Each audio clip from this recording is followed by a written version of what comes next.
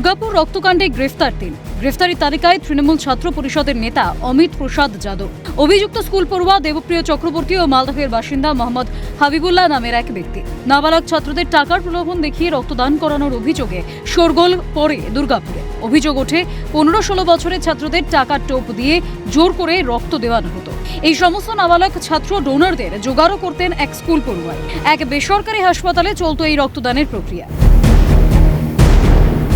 অভিযোগ, দুর্গাপুরের ডিআইসিভি স্কুলের এক নাবালক পড়ুয়াকে প্রায়ই রক্ত দেওয়ার জন্য চাপ দেওয়া হতো। 3 মাসে 2 বার রক্তদান করেছিলেন ওই পড়ুয়া। ও আমাকে বলতো যে একটা ছোট বাচ্চা, তার শরীর অনেক খারাপ, যদি আমি রক্ত দিই না তো ও বাঁচবে না, এই বলে রক্ত নিত। 15 9। তারপরেও তো কি বলে নিয়ে যাওয়া হতো, 18 বছরের নিচে তো রক্ত দেওয়া যায় না, কি বোঝানো হতো? আমাকে এটাই বলতো। আমি আগে বলেছিলাম না আমি দেবো না, আমার এজ নেই। তো আমাকে আমাকে ফোন করতো, 2-3 হপ্তাহ আমাকে ফোন করেছে অনেক। তারপরে নিয়ে গেছে যে অনেক শরীর খারাপ, বাঁচবে না বলতো। দিতে যদি আমি না দিত ছেলে খুঁজে দিতে বলতো। এসবের মধ্যে উঠে আসে অভিযুক্ত স্কুল ছাত্র দেবপ্রিয় চক্রবর্তীর নাম।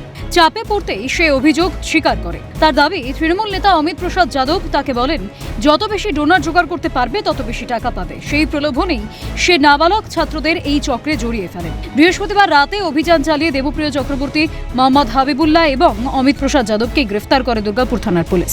ঘটনায় দুর্গাপুর পশ্চিমের বিজেপি বিধায়ক লক্ষণ ঘড়ুইও বলেন, যারা এ ধরনের কাজ করছেন তাদের সাবধান করব। এ ধরনের কাজ করবেন না, কাউকে ছাড়া হবে না। হাসপাতাল কর্তৃপক্ষকে বলবো, হাসপাতালে কি কাজকর্ম চলছে নজর রাখুন। যারা করাচ্ছেন তাদের সাবধান করছি, এই ধরনের কাজ আর করবেন না।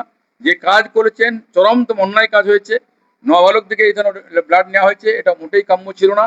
কিন্তু আমি মনে করি যারা নিয়েছেন তাদের ব্যবস্থা গ্রহণ করা হোক। আগামী দিনে যদি না হয় তাদের পুলিশকে শক্ত থাকতে, হসপিটাল ম্যানেজমেন্টকে বলবো যারা হসপিটাল চালাচ্ছেন তারা দেখে নিন, তারা একটা হসপিটাল তৈরি করছে, বিল্ডিং বানাচ্ছেন, কিন্তু সেই বিল্ডিং এর মধ্যে কতটা সুস্থ জীবনযাপন পরিবেশ তৈরি হচ্ছে, বা ডাক্তারবাবুরা নার্সরা কি কাজ করছেন সে খোঁজখবর রাখেন কি। তাই বলবো হসপিটালকে, মালিককে বলবো, ম্যানেজমেন্টকে বলবো সুস্থভাবে হসপিটাল চালান। কিন্তু এই ধরনের যদি বেয়াদবি চলে তাহলে কিন্তু আপনার হসপিটালে কিন্তু হামলা হতে পারে, সাবধান হয়ে যান। ঘটনায় বিজেপি নেতা সুমন্ত মণ্ডল বলেন, তৃণমূল জামানায় এই সমস্ত বেসরকারি হাসপাতালগুলির মাথায় কিছু অলিখিত তৃণমূল নেতা বসেছিল। এই র্যাকেটে তৃণমূল নেতাদের হাত থাকতে পারে। এই সব হসপিটাল যেগুলো রয়েছে, বেসরকারি হসপিটালগুলো, সেই হসপিটালগুলো এবং সরকারি হসপিটালগুলো, সেই হসপিটালগুলোর মাথা এক টাইমে তৃণমূলের অলিখিত কিছু নেতা হয়ে গিয়েছিল এবং তারাই এই হসপিটালগুলোকে পরিচালনা করছিল। তাই সাধারণ মানুষ মনে করছে কোনো বড় তৃণমূলের মাথাও এই র্যাকেটের সঙ্গে যুক্ত থাকতে পারে। আমরা পুলিশ প্রশাসনকে অনুরোধ জানাবো যে আপনাদের তদন্তের পরিধি আরও বাড়ান এবং যদি কোনো তৃণমূলের নেতারা এর মধ্যে ইনভলভ থাকে সেক্ষেত্রে তাদের বিরুদ্ধেও কড়া ব্যবস্থা নিন।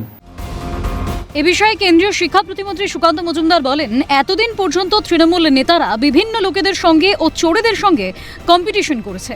এবার তারা মশাদের সঙ্গেও কম্পিটিশনে নেমেছে। মশাদের থেকেও তৃণমূল নেতারা বেশি রক্ত খেয়েছে। রক্ত লুট, প্লাজমা বিক্রি, এই ধরনের নানা ধরনের অভিযোগ তৃণমূল নেতাদের বিরুদ্ধে হচ্ছে। এতদিন পর্যন্ত তৃণমূলের নেতারা বিভিন্ন লোকেদেরকে কম্পিটিশন দিয়েছে, চোরেদেরকে কম্পিটিশন দিয়েছে, বিভিন্ন প্রাণীদেরকে কম্পিটিশন দিয়েছে। এখন মশাদেরকেও কম্পিটিশন দিচ্ছে। মশাদের থেকেও বেশি রক্ত মনে হয় তৃণমূলের নেতারা খেয়ে ফেলেছে। রক্তদান মহৎ দান। সেই দানের রক্ত নিয়েই দেদার ব্যবসা চলত তৃণমূল জামানায়। এমনকি সেই জাল থেকে ছাড় পাননি নাবালকরাও। শুধু তাই নয়, ঘটনায় জড়িত খোদ তৃণমূল ছাত্র পরিষদের সদস্য অমিত প্রসাদ যাদব। এ বিষয়ে কি ওয়াকিবহাল ছিলেন না তৃণমূলের উচ্চ নেতৃত্ব, নাকি সব জেনেও চুপ ছিলেন তারা? এই চক্রের সঙ্গে কি আরো বড় মাথা জড়িত? খতিয়ে দেখছে তদন্তকারীরা। রাজেশ সেনগুপ্তের রিপোর্ট, ক্যালকাটা নিউজ।